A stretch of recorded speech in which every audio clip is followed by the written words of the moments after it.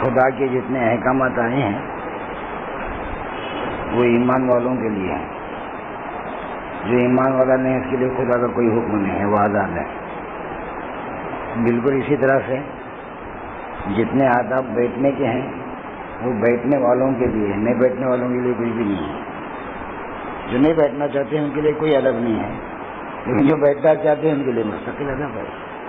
قریب ہو کے بیٹھیں، جمع ہو کے بیٹھیں، دھیان کے ساتھ سنیں، عظمت کے ساتھ سنیں، وغیرہ وغیرہ. اور جتنا ہم ان باتوں کی رعایت برتیں گے اللہ تعالیٰ اتنی ہی ہمیں ہدایت دیں گے. نحمدہ ونصلی علی رسولہ الکریم.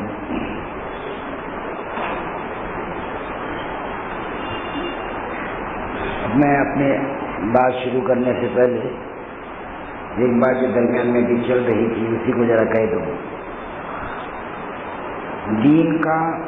دین کی باتوں کا اور دین والوں کا اور شعائر دینی کا جو بھی احترام کرے گا اللہ کے یہاں سے اس کی مغفرت ہوگی.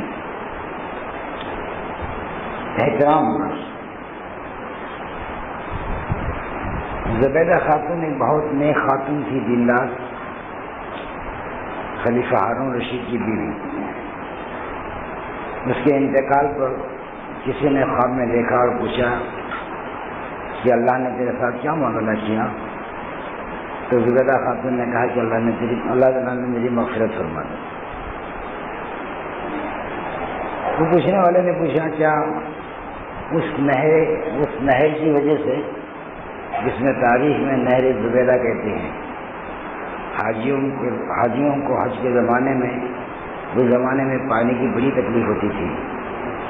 خدا کی بندی کے دل میں بات آئی کہ خدا کے بندے اپنے خدا کے گھر کا طواف کرنے کے لیے، زیارت کرنے کے لیے اتنی دور دور سے کہاں سے آتے ہیں، ان کے لیے اتنا انتظام تو ہو جائے کہ پانی کا صحیح انتظام ہو جائے. بہت سینکڑوں میل لمبی نہر اس نے کھدوائی پانی کے لیے اور مینا تک پہنچا دیا. اس زمانے میں کروڑوں روپے کی مالیت اس پر صرف ہوئی. تو پوچھنے والے نے پوچھا کیا اس نہر کی وجہ سے اللہ تعالیٰ نے مغفرت فرما دی؟ کہا کہ نہیں. ایک چھوٹی سی بات تھی جس کی طرف میری توجہ بھی نہیں گئی تھی، لیکن اللہ کو بات اتنی پسند آ گئی کہ اللہ نے اس ایک بات پر میری مغفرت فرما دی. پوچھا وہ کیا بات تھی؟ کہا ایک بار میں بیٹھی ہوئی تھی، اتفاق سے میرے سر سے دوپٹہ نیچے گرا ہوا تھا، کندھوں پر گرا ہوا تھا اور میرا سر کھلا تھا. ایسے میں مؤذن کی اذان کی آواز آئی، خدا کا نام پھر میرے کانوں میں پڑ گیا. اس نام کے احترام میں اپنے گرے ہوئے دوپٹے کو میں نے اپنے سر پر اوڑھ لیا. تو اس احترام پر اللہ کو یاد اتنی پسند آ گئی کہ اللہ تعالیٰ نے میری مغفرت کا فیصلہ کر دیا. تو دین کی بات سننے کا جب بھی موقع ملے دوستو، احترام کا خیال رکھیں. دین کی باتوں کا ادھر ادھر ہو کے بیٹھنا، اپنے باتوں میں مشغول ہونا، یہ ساری چیزیں انسان کو محرومی کا سبب بن سکتی ہیں. اللہ اس سے ہماری حفاظت فرما دے. جو جتنا طلب کے ساتھ بیٹھے گا اس کے لیے دروازہ کھل جائے گا، اس کے لیے دروازہ کھل جائے گا. ہر آدمی محروم ہو سکتا ہے لیکن طالبین کو اللہ محروم نہیں کرے گا. جو سچی طلب رکھتے ہیں اللہ ان کو محروم نہیں کرے گا، کہیں نہ کہیں اللہ ان کو پہنچا دے گا، ان کی مغفرت کا سامان کرے گا.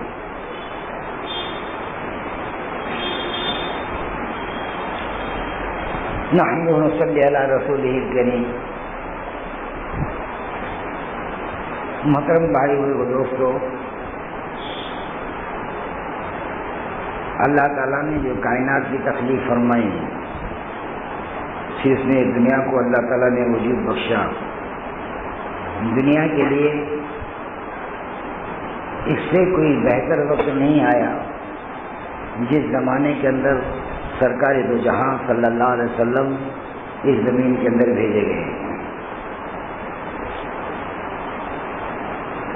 ایسا نہیں ہے کہ سرکار دو جہاں صلی اللہ علیہ وسلم سب سے آخر میں آئے ہیں۔ آپ کے جو بہت سارے القاب ہیں ان القاب میں آپ کو اول بھی کہا گیا ہے، آپ کو آخر بھی کہا گیا ہے۔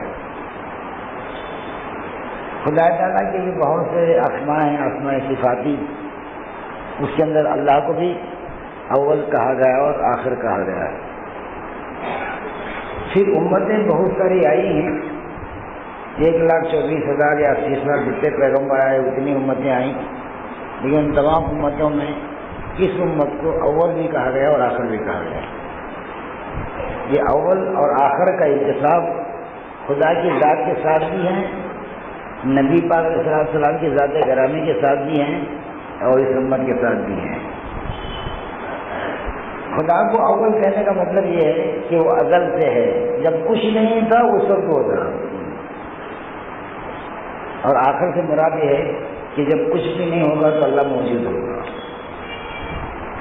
ایک وقت آئے گا، سور پھونکا جائے گا، سارے تحت میں ختم ہو جائیں گے، سارے ختم کر دیے جائیں گے، جنات بھی، انسان بھی، فرشتے بھی، سب کے سب جب ختم کر دیے جائیں گے تو اللہ تعالیٰ اسرائیل کو پوچھے گا کون باقی ہیں، کون باقی ہے؟ کہ اللہ تعالیٰ تیرے جلال کی قسم سب ختم ہو گئے، ایک تو باقی ہو، ایک میں باقی ہوں۔ اللہ تعالیٰ کہے گا تو بھی ختم ہو جا، اب وہ بھی ختم ہو جائے گا۔ اس وقت اللہ تعالیٰ کہے گا میں اللہ ہوں، میں اللہ ہوں، میرے سوا کسی کو حکمرانی نہیں ہے، میرے سوا کسی کا حکم نہیں چلے گا، میں ہی خالق اور میں ہی مالک ہوں۔ وہ ہے اول اور آخر، وہ ازل سے ہے، اب تک رہے گا۔ سرکار نے جہاں وسلم کو اول اور آخر جو کہا گیا ہے وہ تخلیق کے اعتبار سے ہے، وہ پیدائش کے اعتبار سے ہے۔ سب سے پہلے سرکار دو جہاں وسلم پیدا ہوئے ہیں۔ ہم کہتے ہیں نا حضرت آدم علیہ السلام سب دنیا کے پہلے انسان ہیں، نہیں، سب سے پہلے سرکار دو جہاں وسلم کے نور کو پیدا کیا گیا، پھر اس نور سے اس نور کو مستعار لے کر یہ ساری کائنات کو رچایا بسایا گیا۔ کسی شاعر نے اپنے مطلب کو خدا کی طرف منسوب کیا ہے، لیکن اسی شعر کو میں نبی کی طرف منسوب کروں تو کوئی زیادہ فرق پڑنے والا نہیں ہے، لیکن بات واضح ہو کر کے سمجھ میں آئے گی۔ تھا مستعار حسن سے اس کے جو نور تھا، یہ ادار ہوئی ہوئی چیزیں تھیں، اس کے نور سے، کسی کے نور سے ادار ہوئی چیزیں تھیں۔ تھا مستعار حسن سے اس کے جو نور تھا، خورشید میں بھی اسی کا ذرہ ظہور تھا۔ یہ سورج چمک رہا ہے، اس کے اندر جو نور آیا ہے اسی نور کا ذرہ ظہور ہے، حقیقت تو الگ چیز ہے۔ سب سے پہلے اللہ تعالیٰ نے سرکار دو جہاں وسلم کے نور کو پیدا فرمایا۔ بات چل رہی حضرت جبریل اور سرکار دو جہاں وسلم کے درمیان میں، تو سرکار دو جہاں وسلم نے پوچھا کہ جبریل تمہاری عمر کیا ہے؟ تو انہوں نے کہا اللہ کے نبی میں نہیں بتا سکتا، ایک بات میں البتہ جانتا ہوں کہ آسمان پر ایک ستارہ چمکتا تھا 70,000 برس کے بعد۔ ابھی ہوتا ہے نا کوئی دمدار ستارہ ظاہر ہوتا ہے برسوں کے بعد، کوئی دمدار ستارہ برسوں کے بعد ظاہر ہوتا ہے، تو اس طرح سے آسمان پر ایک ستارہ چمکتا تھا 70,000 سال کے بعد ایک بار۔ اس ستارے کو میں نے 70,000 بار دیکھا ہے، اس ستارے کو میں نے 70,000 بار دیکھا ہے۔ تو سرکار دو جہاں نے فرمایا کہ جبریل تم جانتے ہو وہ ستارہ کیا تھا؟ کہا اللہ کے نبی میں نہیں جانتا۔ فرمایا وہ میرا ہی نور تھا جو اللہ تعالیٰ نے پیدا فرما دیا۔ تو اس تخلیق کے اعتبار سے سرکار دو جہاں وسلم اول ہیں، اور آخر اس اعتبار سے ہیں کہ وہ سلسلہ جو حضرت آدم علیہ السلام سے نبوت کا چل پڑا تھا، اس کا اختتام اس کا اختتام سرکار دو جہاں صلی اللہ علیہ وسلم پر ہوا. اب آپ کے پاس کوئی نبی نہیں ہے. اس لیے ایمان والوں کو نبی کے ماننے کا جو مطلب ہے نا، وہاں مثبت بھی ہے اور منفی ہے، دونوں پہلو ہیں. جیسا خدا کو ماننے کے لیے مثبت پہلو بھی ہے اور منفی بھی ہے. مثبت کیا ہے؟ اللہ کے سوا کوئی نہیں. اور منفی کیا ہے؟ اس کے سوا کوئی نہیں. لا الہ، اللہ کے سوا کوئی نہیں، یہ منفی صورت ہے. الا اللہ، یہ مثبت ہے، بس اللہ ہی اللہ ہے. اسی لیے صوفیہ کے اصطلاح میں اس کو ذکر نفی و اثبات کہتے ہیں. ذکر نفی و اثبات، سب سے پہلے سب کا انکار کرنا، اس کے بعد میں یہ خدا کا اقرار کرنا، یہ پہلے. اسی طرح سے سرکار صلی اللہ علیہ وسلم کو صرف نبی ماننا کافی نہیں ہے. اگر کوئی صرف نبی مانتا ہے تو اس کے ایمان کے لیے کافی نہیں ہے. آخری نبی ماننا ضروری ہے کہ آپ کے بعد کوئی نبی نہیں، آپ نبی ہیں، آپ کے بعد کوئی نبی نہیں. آپ کے بعد کوئی نبی نہیں، اس بات کا یقین نہیں رکھتا ہے تو ایمان کے درجے سے خارج ہو جائے گا. تو سرکار تو جہاں وسلم پر جس طرح سے ایمان لانا ضروری ہے، اسی طرح سے آپ کے ختم رسالت کی تصدیق کرنا، شہادت دینا، یہ بھی ضروری ہے. تو اس معنی میں سرکار دو جہاں وسلم اول بھی ہیں اور آخر بھی ہیں. ابھی امت کو جو اول اور آخر کہا گیا، اس کا کیا مطلب؟ جب ہمارے نبی سب سے آخر میں آئے ہیں تو یہ آنے والی امت بھی سب سے آخر میں ہے. تو جس طرح سے ہمارے نبی آخری نبی ہیں، اسی طرح سے ہم آخری امتی ہیں. اب کوئی امت نہیں بنے گی. جب کوئی نبی نہیں آئیں گے تو نئی امت کا سوال ہی کا پیدا ہوتا ہے. اور امتیں بھی ختم ہو گئی، نبوت بھی ختم ہو گئی. اب نبی کی نبوت باقی رہے گی قیامت تک، اور یہ امت باقی رہے گی قیامت تک. یہ سب سے آخر میں آنے والی امت ہے، اس لیے امت ہے آخر. اس امت کو اول کیوں کہا گیا؟ اس امت کو اول کیوں کہا گیا؟ اول اس لیے کہا گیا کہ قیامت میں جب فیصلہ ہو جائے گا جنتیوں کے جنت میں جانے کا اور جہنمیوں کے جہنم میں جانے کا، تو سب سے پہلے جنت کے اندر یہ امت داخل ہوگی، اولین میں اس کا شمار ہوگا. اس کے بعد دوسری امتیں داخل ہوں گی. اس لیے اس امت کو امت اول کہا گیا. جب تک امت جنت کے اندر داخل نہیں ہوگی تب تک کوئی دوسری امت جنت کے اندر داخل نہیں ہوگی. اور اس کے اندر بھی ایک بات علماء فرماتے ہیں کہ جنتیوں کو جنت کا فیصلہ ہونے کے بعد بھی جنت میں داخلہ اس وقت تک نہیں ہوگا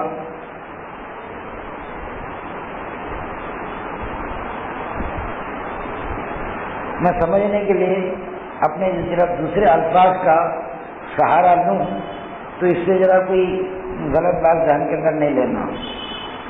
جنتیوں کے لیے بھی جنت میں داخلہ اس وقت تک ممنوع ہے جب تک نبی پاک علیہ السلام جنت میں اندر داخل نہیں ہوں گے. سب سے پہلے جنت کے اندر کون داخل ہو گئے؟ سرکار دو جہاں صلی اللہ علیہ وسلم. اس کے اندر بھی بڑی عجیب تفصیل ہے. آپ کے لیے ایک سواری لائی جائے گی، اس سواری پر آپ سوار ہوں گے اور سوار میں ہو کر کے جنت میں داخل ہو جائیں گے. تو جنت میں داخلے کا سلسلہ شروع ہو جائے گا. پھر آپ کی امت داخل ہوگی، اس کے بعد دیگر امتیں داخل ہوں گی. تو آپ سواری پر سوار ہو کر کے جب جنت میں داخل ہونا چاہیں گے تو اس وقت سواری کی نکیل کو پکڑنے کے لیے بھی کوئی تو چاہیے. اس سواری کی نکیل کو پکڑنے کا بھی کوئی چاہیے. کون ہوں گے؟ شاید سب کے دل کی تمنا ہو کہ میرے نبی مجھے پکاریں، مجھے ندا دیں، مجھے آواز دیں کہ تم آؤ. سب سے بڑے قریب سے قریب، عزیز سے عزیز، شفیق سے شفیق صحابہ کے درمیان موجود تھے. سب کی تمنائیں ہو سکتی ہیں، سب کے دل کی دھڑکنیں ہو سکتی ہے، لیکن قربان جائیے اللہ کے نبی پکاریں گے بلال بلال، کیا مقام ہوگا حضرت بلال کا؟ وہ آگے بڑھیں گے، کہا نکیل پکڑو، سرکار صلی اللہ علیہ وسلم کے ساتھ پہلے رحلے میں جنت میں داخل ہونے والے حضرت بلال ہوتے ہیں۔ یہ کیوں ہوگا؟ انہوں نے خدا کے لیے جو قربانیاں دی ہیں، خدا کے لیے جو قربانیاں دی ہیں، اور جن سنگین حالات کو انہوں نے برداشت کیا ہے، اور ہر حال میں پکارا ہے تو بس خدا کو پکارا ہے، یا اللہ یا اللہ۔ جب آپ کو تپتی ہوئی دھوپ میں، یہاں آئیں جب دھوپ زیادہ ہو گئی تو پریشان ہو گئے دن بھر آج۔ اب وہ ریگستان کی دھوپ، عربستان کی، اس کی تمازر کتنی ہوگی؟ آئیں دھوپ کے وقت میں سورج جب بہت گرم ہوئی ہوگی، ننگے بٹن لٹائے جانا اور حرکت نہ کرنے پائے، اس کے سینے پر بڑے بھاری پتھر اور سل کو رکھ دینا، کیا تکلیف ہوتی ہوگی، کیا تکلیف ہوتی ہوگی۔ ہم کراہی تھے، ہم پکارتے بھی اللہ کو تو اپنے تکلیف کی وجہ سے پکارتے، اللہ اللہ۔ ہم کیوں پکارتے اللہ کو؟ اپنی تکلیف کی وجہ سے۔ اور حضرت بلال کیوں پکارتے تھے؟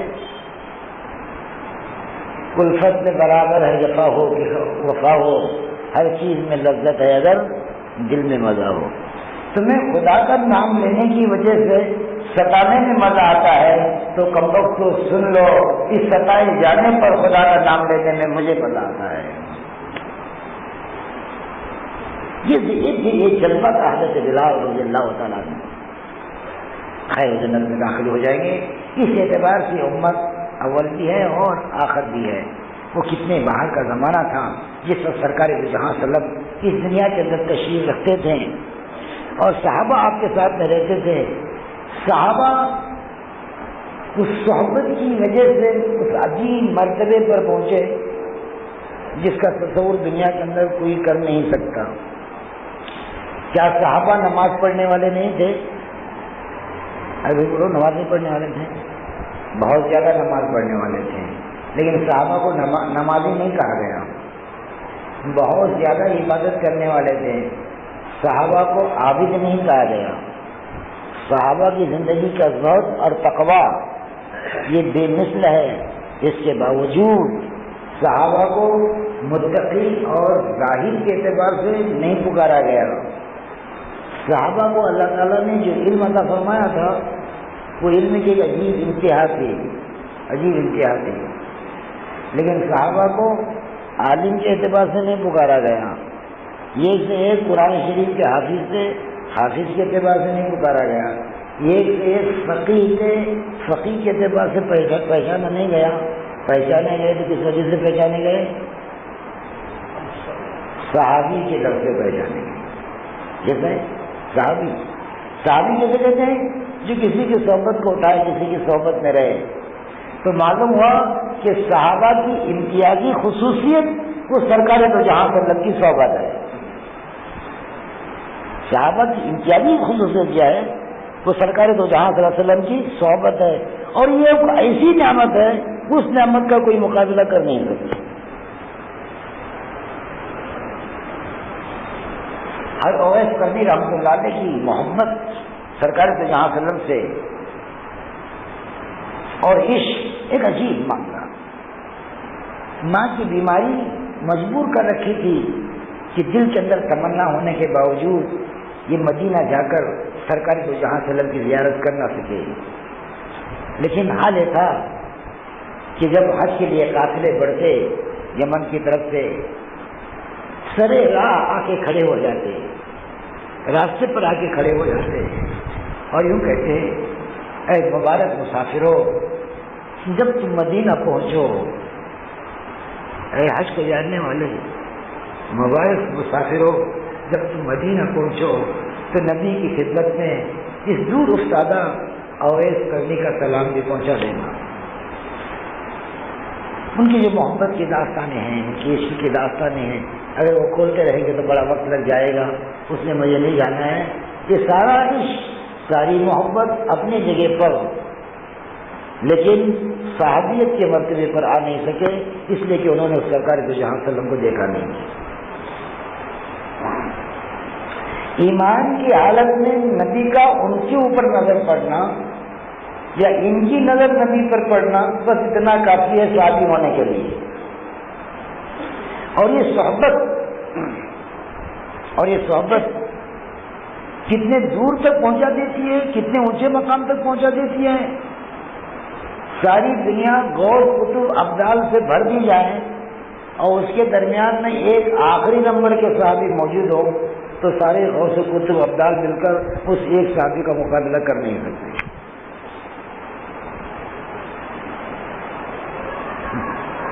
حضرت عمر بن عبدالعزیز رحمۃ اللہ علیہ سے کسی نے پوچھا کہ حضرت آپ افضل ہے کہ امیر معاویہ افضل ہے؟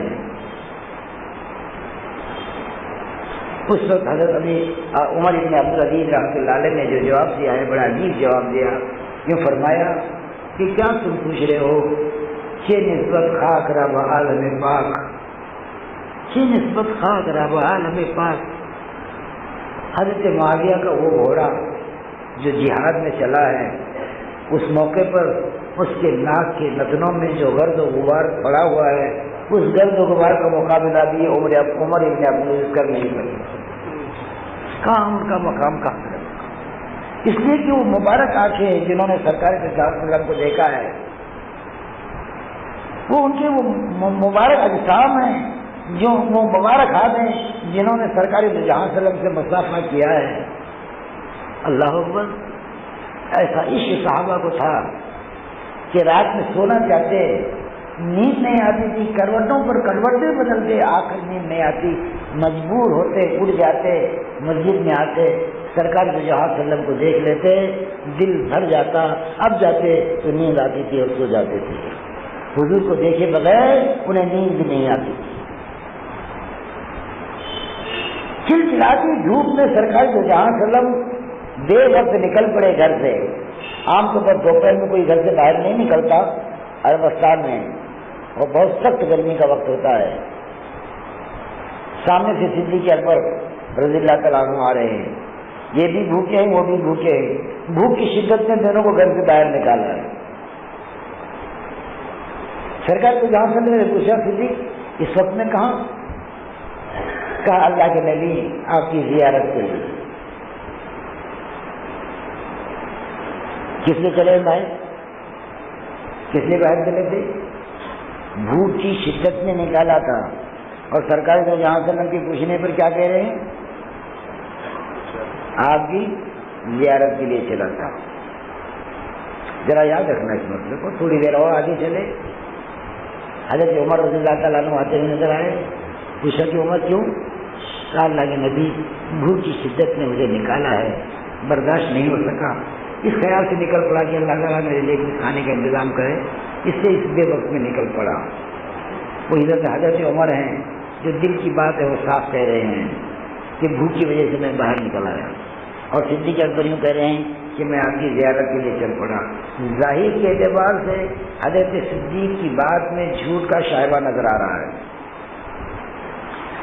اور حضرت صدیق اکبر کو صدیق اس لیے کہا گیا، صدیق اکبر کو صدیق اس لیے کہا گیا کہ اسلام کے قبول کرنے کے بعد ہی انہوں نے سچ کو اپنایا ہے. ایسا نہیں، علماء نے، سیرت نگاروں نے لکھا ہے کہ ایام جاہلیت کے اندر بھی ان کی زبان سے کبھی جھوٹ لفظ نہیں نکلا ہے.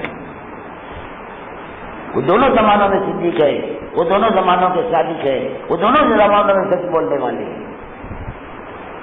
بظاہر جھوٹ نظر آتا ہے لیکن اس سے زیادہ کوئی سچ نہیں ہے جس کو ہم جھوٹ سمجھ رہے ہیں. آپ کے جن الفاظ کو ہم جھوٹ سمجھ رہے ہیں اس سے زیادہ کوئی سچ نہیں ہے. صحابہ کا یہ عالم تھا کہ بھوک کی شدت جب پڑ جاتی سرکار تو جہاں سلم کی زیارت کر لیتے، بھوک کی شدت ختم ہو جاتی، صحیح ہو جاتی. پیاسے سرکار سے جہاں سلم کو دیکھ لیتے، ان کی پیاس بجھ جاتی. بھوکے سرکار سے جہاں سلم کو دیکھ لیتے، ان کی بھوک مٹ جاتی. یہ عالم کا صحابہ کا سرکار سے جہاں سلم کی ذات گرامی کے ساتھ محبت کا. اس لیے سرکار سے جہاں سلم جب دنیا کے اندر آئے اور آپ کے سامنے جب انہوں نے پیغام رکھا ہے تو صحابہ کا یہ حال تھا کہ ضابطے کو بھی انہوں نے پورا کیا اور ضابطے کو پورا کرنے پر اکتفا نہیں کیا، رابطے کو بھی پورا کیا۔ تعلق جو ہوتا ہے وہ دو طرح کا تعلق ہوتا ہے، ایک ضابطے کا تعلق ہوتا ہے، ایک رابطے کا تعلق ہوتا ہے۔ ضابطے کا تعلق سے کیا مراد؟ اللہ تعالیٰ نے نماز کو، روزے کو، زکوٰۃ کو، حج کو فرض قرار دیا، اب اس کو پورا کرنا ضروری ہے، یہ ضابطہ ہے، ضابطہ مجبور ہے، خواہی نہ خواہی اس کو پورا کرنا پڑے گا، دل چاہے تو بھی پورا کرنا پڑے گا اور دل نہ چاہے تو بھی پورا کرنا پڑے گا، یہ ضابطے والا معاملہ ہے۔ لیکن نماز 5 وقت کی فرض ہے، 6 وقت کی تو فرض نہیں ہے، نماز 5 وقت کی فرض ہے، 6 وقت کی فرض تو نہیں ہے، لیکن کوئی آدمی 5 وقت کی فرض نماز کے ساتھ اشراق بھی پڑھ رہا ہے، چاش بھی پڑھ رہا ہے، تہجد بھی پڑھ رہا ہے، اوابین بھی پڑھ رہا ہے، رات بھر نمازیں پڑھ رہا ہے، یہ جو تعلق ہے یہ رابطے کا تعلق ہے، اس کی محبت نے مجھے کھڑا کر دیا ہے، اس کی محبت نے مجھے اپنے سامنے جھکا دیا ہے۔ ایک باجی تھی، دن بھر اپنے آقا کی خدمت کرتی، رات میں خدا کے اندر مشغول ہو جاتی، دن بھر کام کیا، ایک موقع ایسا آیا کہ دن بھر کا کام کرنے بٹنے کے بعد سب جب سو گئے تو باندھی خدا کی یاد میں، خدا کی مناجات میں، اپنی عبادات میں لگ گئی۔ اتفاق سے آقا کی آنکھ لگی نہیں تھی، وہ جاگ رہا تھا، سن رہا تھا، اس وقت دعا کر رہی ہے۔ کیا دعا کر رہی ہے؟ یا اللہ، اے اللہ تجھے اس محبت کی قسم جو مجھ سے ہے، اے اللہ تجھے اس محبت کی قسم جو مجھ سے ہے۔ یہ بات سننے تھی، آقا کو غصہ آ گیا، کم وقت ایسی ہی کہتی ہے، یوں کہے اے اللہ اس محبت کی قسم جو مجھے تجھ سے ہے۔ بندے کے لیے ذمہ داری جو خدا بھی محبت کریں، خدا کے لیے کوئی ذمہ داری نہیں کہ اپنے بندے سے محبت کرے، ذمہ داری تو اس کی ہے کہ اپنے خدا سے محبت کریں۔ پھر اس باندھی کو بھی جلال آ گیا اور اس نے کہا کہ میرے آقا اگر اس خدا کو مجھ سے محبت نہ ہوتی تو مجھے اپنے سامنے یوں کھڑا نہ کر دیتا اور تمہیں یوں سلا نہ دیتا، اس کو مجھ سے محبت تھی اسی لیے اس نے مجھے کھڑا کر دیا کہ اٹھ میری بندی مجھ سے باتیں کر لے، اس خدا کی توفیق نے مجھے اس کے سامنے کھڑا کر دیا ہے۔ یہ اس بات کی علامت ہے کہ وہ خدا مجھے چاہتا ہے، اس خدا کو مجھ سے محبت ہے۔ یہ جو تعلق ہے خدا کے ساتھ، یہ رابطے کا تعلق ہے، یہ سنن کا اہتمام، یہ مستحبات کا اہتمام، یہ نوافل کا اہتمام، یہ رابطے کا اہتمام ہے۔ یہ رابطے کے اہتمام پر قرب کی ان اعلیٰ منزلوں پر پہنچ جاتا ہے جس کی کوئی انتہا نہیں ہوتی۔ اسی لیے علماء نے اس کی مستقل تفصیلات بھی کی ہیں کہ قرب فرائض کیا ہے اور قرب نوافل کیا ہے۔ اب پتہ نہیں ہمارے عقلوں پر کون سا فلسفہ آ کر کے پھنس گیا، ہم فرض کو تو کسی درجے میں ضروری قرار دیتے ہیں اور سنت اور نفل کسی اور تقاضوں کے لیے قربان کر دیتے ہیں۔ یہ ان لوگوں کے لیے کام ہے جو مسجد کے کونے میں بیٹھ کے اللہ اللہ کرنے والے ہیں، یہ ہمارا کام ہے، ہم اس سے آگے کا کام کر رہے ہیں۔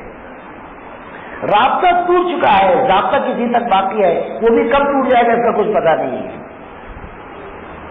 کب فرض نماز زندگی سے ختم ہو جائے، کب روزہ اس کی زندگی سے ختم ہو جائے، اس کا کچھ پتہ نہیں ہے۔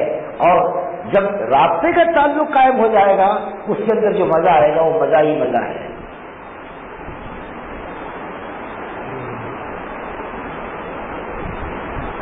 اسی لیے ضابطے کا ذکر تو نماز ہے، ضابطے کا ذکر تو نماز ہے، ضابطے کا ذکر تو زکوٰۃ دینا ہے، ضابطے کا ذکر تو حج کرنا ہے، ضابطے کا یہ ساری چیزیں ہیں، ضابطے کی چیزیں۔ اس لیے اللہ تعالیٰ نے فرمایا تم الصلاۃ بذکری، نماز کو قائم کرو میرے ذکر کے لیے، لیکن اللہ تعالیٰ کو حکم ہے کہ میرا ذکر کثرت سے کرو۔ اب یہ رابطے کا مطالبہ ہے، ضابطے کا نہیں۔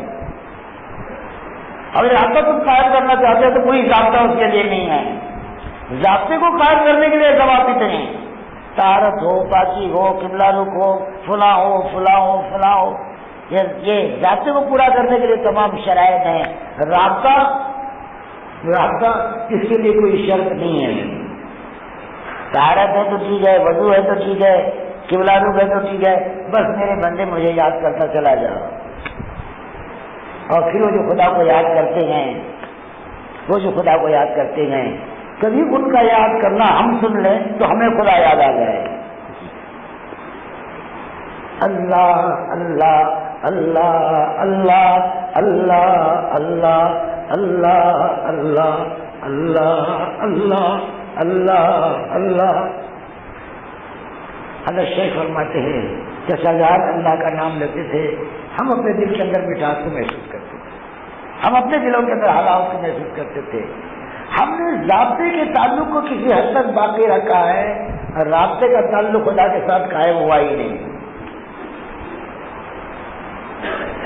تو میرے ہاں نبی دوستو، میں کہہ رہا تھا صحابہ ضابطے سے آگے بڑھ کر رابطے تک پہنچ چکے تھے، لیکن اس کے اندر سب سے اہم جو چیز تھی وہ خدا کے نبی پاک علیہ السلام کی صحبت. یہ وہ نعمت ہے جس سے سب محروم. کہاں پہنچا دیا اس صحبت نے؟ علماء نے یہاں تک لکھا ہے، علماء نے یہاں تک لکھا ہے، کوئی آدمی آیا حضور صلی اللہ علیہ وسلم کی خدمت میں حاضر ہوا، اسلام پر اس نے بیعت کی، اسلام پر اس نے بیعت کی اور وہاں سے چلا گیا. وہی پہلی ملاقات ہے اور وہی آخری ملاقات ہے. اس سے پہلے ملا نہیں تھا اور اس کے بعد ملنے کا کبھی موقع نہیں آیا. اور مثلاً صبح 10 بجے کے قریب اس نے ایمان کو قبول کیا اور زوال سے پہلے اس کا انتقال ہو گیا. تو کوئی نماز اس پر فرض نہیں ہوئی. اس نے ایک فرض نماز ادا نہیں کی، قرآن شریف کی تلاوت اس نے نہیں کی، اور کوئی دین کا تقاضا اس نے پورا نہیں کیا. نہ اس نے حج کیا، نہ اس نے زکوٰۃ ادا کی، نہ وہ خدا کے راستے میں 4 مہینے چلے کے لیے گیا. کوئی بھی عمل نہیں ہے زندگی میں، ایک عمل نظر نہیں آتا، ایک عمل نہیں نظر آتا. لیکن اس کے باوجود علماء کا فتویٰ ہے کہ تمام غوث کتب ابدال سے بڑھ کر اس کا مرتبہ ہے، اس لیے کہ وہ صحابیت کے مقام پر ہے. وہ صحابہ یہ جو نتیجہ ملا ہے، درجہ ملا ہے کہ سرکار دو جہاں صلی اللہ علیہ وسلم کے فیض صحبت کی وجہ سے صحابہ کو ایمان کو جو کمال ملا ہے، مجاہدے اپنی جگہ پر اسے انکار نہیں کیا جا سکتا، لیکن صحابہ کے ایمان میں کمال پیدا کرنا جو ہوا ہے وہ نبی پاک علیہ السلام کی صحبت سے ہوا ہے.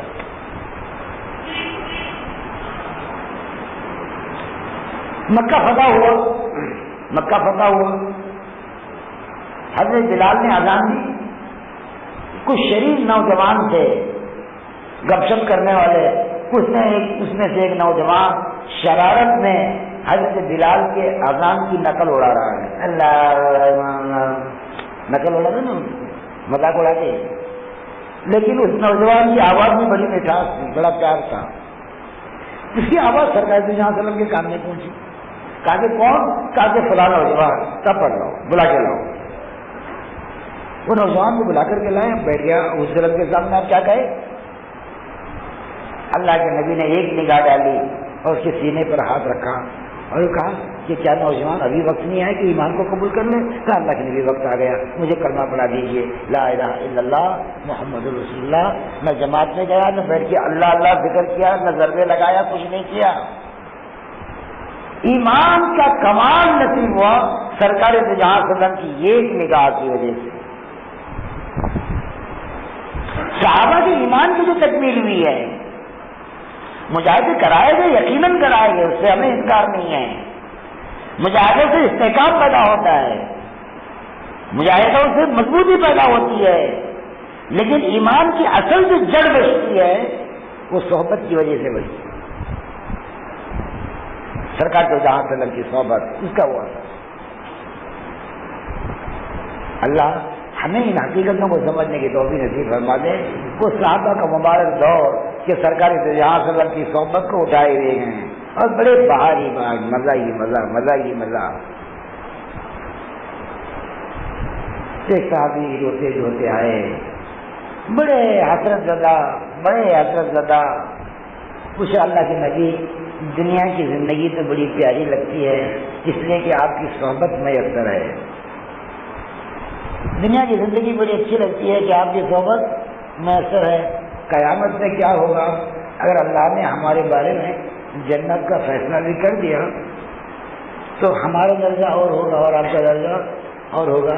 وہ جنت ہی کس کام کی جہاں پر آپ کی صحبت نہیں ملے. سرکار کی جہاں صلی اللہ علیہ وسلم نے تسلی کی اور کہا کہ یوں کرو انشاءاللہ وہاں پر میری صحبت میں میسر آئے گی. حضرت معاذ بن جبل رضی اللہ تعالیٰ عنہ کو سرکار جہاں صلی اللہ علیہ وسلم یمن کی طرف روانہ کر رہے ہیں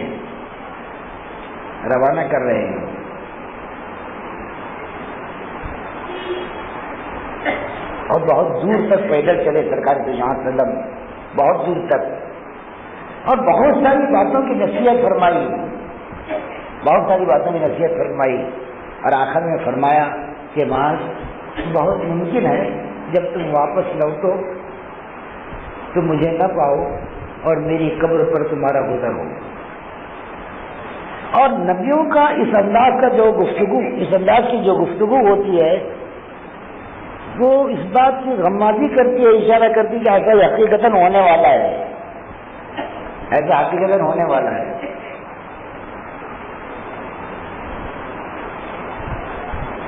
ایک بہت طویل حدیث ہے, اس کی تفصیل میں مجھے نہیں جانا ہے.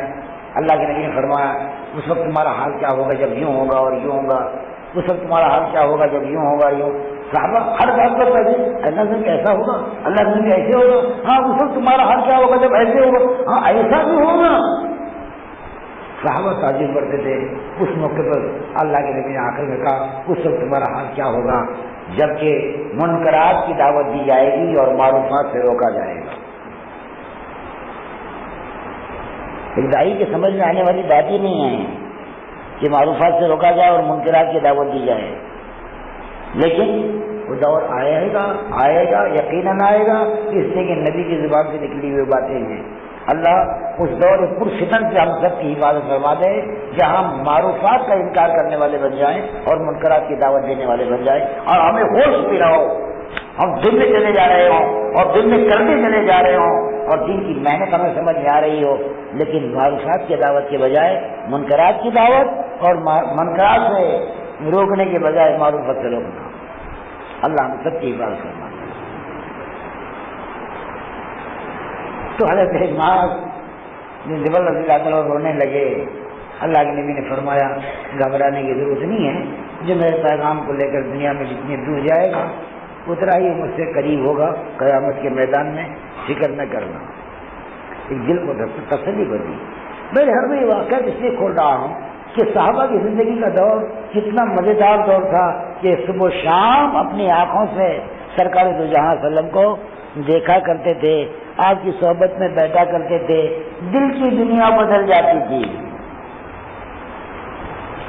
کسی کہنے والے نے کہا کوئی اندازہ کیا کر سکے اس کے زور بازو کا, نگاہ مرد مومن سے بدل جاتی ہیں تقدیریں.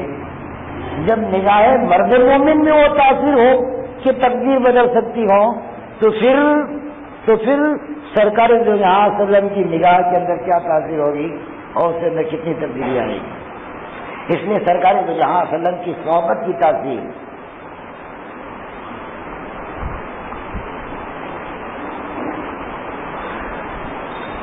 اس طرح نبی کی پیغام نبوت قیامت تک کے لیے ہے, آپ کی صحبت نبوت بھی قیامت تک کے لیے ہے. نبی کی صحبت ختم نہیں ہوئی, وہ قیامت تک باقی رہے گی. اگر کوئی یہ کہتا ہے کہ نبی کی صحبت اس زمانے تک تھی وہ ختم ہو گئی تو گویا کہ نبی کے مقام کو اس نے سمجھا نہیں ہے, گویا کہ نبی کی عظمت کا اور اس کے مقام کا وہ انکار کر رہا ہے. غالباً حضرت ترمذی رحمۃ اللہ علیہ نے یا اور کوئی محدث نے عین اڑتی جوانی میں ایک حسین دوشیزہ سے ملاقات ہوئی اور اس نے برائی کی دعوت دی, کہا مجھے خدا کا خوف مانے ہے, میں یہ عمل نہیں کر سکتا. بچا لیا اپنے آپ کو. بوڑھے ہو گئے, آنکھوں کی پلکیں تک سفید ہو گئیں, لمبی عمر پائی. اس زمانے میں بیٹھے بیٹھے خیال آیا کہ خدا کے بندے اگر اس موقع پر دعوت مجھے دی جا رہی تھی, شباب بھی تھا, عالم شباب بھی تھا. اس موقع پر اگر تو اپنا عمل کر لیتا تیرے خواہش کی تکمیل بھی ہو جاتی اور تو خدا کے سامنے توبہ کرتا تو خدا تجھے معاف بھی کر دیتا. کب پچھتا رہے؟ کرنے کے وقت میں تو گناہ کیا نہیں, بڑھاپے میں آگے پچھتا رہے گا. یہ خیال جب دل کے اندر آیا ایک دوسرا مرحلہ شروع ہو گیا. ایکشن اور ری ایکشن دونوں ساتھ میں چلتے نا ہمیشہ. دوسرا مرحلہ شروع ہو گیا. کیا؟ یا اللہ کتنی خرابی میری زندگی کے اندر آ گئی. عمر جتنی بڑھتی گئی اتنی پاکیزگی, خیالات کی پاکیزگی, اعمال کی پاکیزگی, عقائد کی پاکیزگی یہ زیادہ بڑھنا چاہیے تھا. کہ اللہ عمر کے ساتھ یہ پاکیزگی ختم ہو رہی ہے اور گندے خیالات کی پرورش ہو رہی ہے. جو جوانی کا زمانہ تھا بہکنے کا اس میں تو میں بچ گیا اور بڑھاپے میں آ کر کے میں پھنس گیا.